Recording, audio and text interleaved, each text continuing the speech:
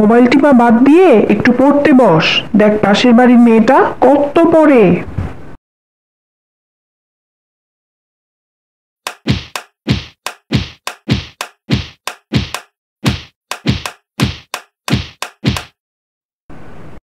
ছোট ভাইটার সাথে ঝগড়া করছিস কেন?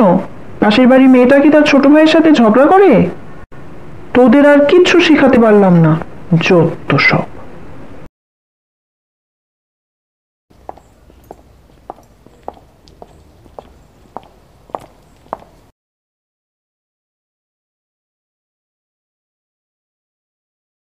সারাদিন শুয়ে বসে থাকা ছাড়া তার আর কোনো কাজ নাই।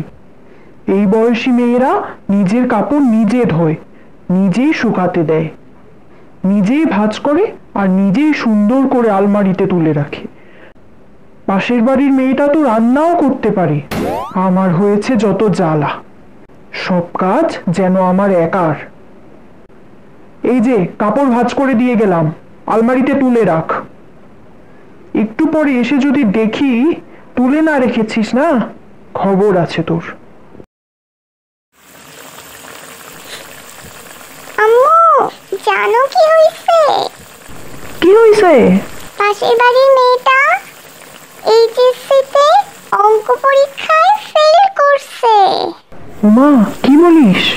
ফেল করলো? এবার বলবা না ওর মতো হয়ে দেখা?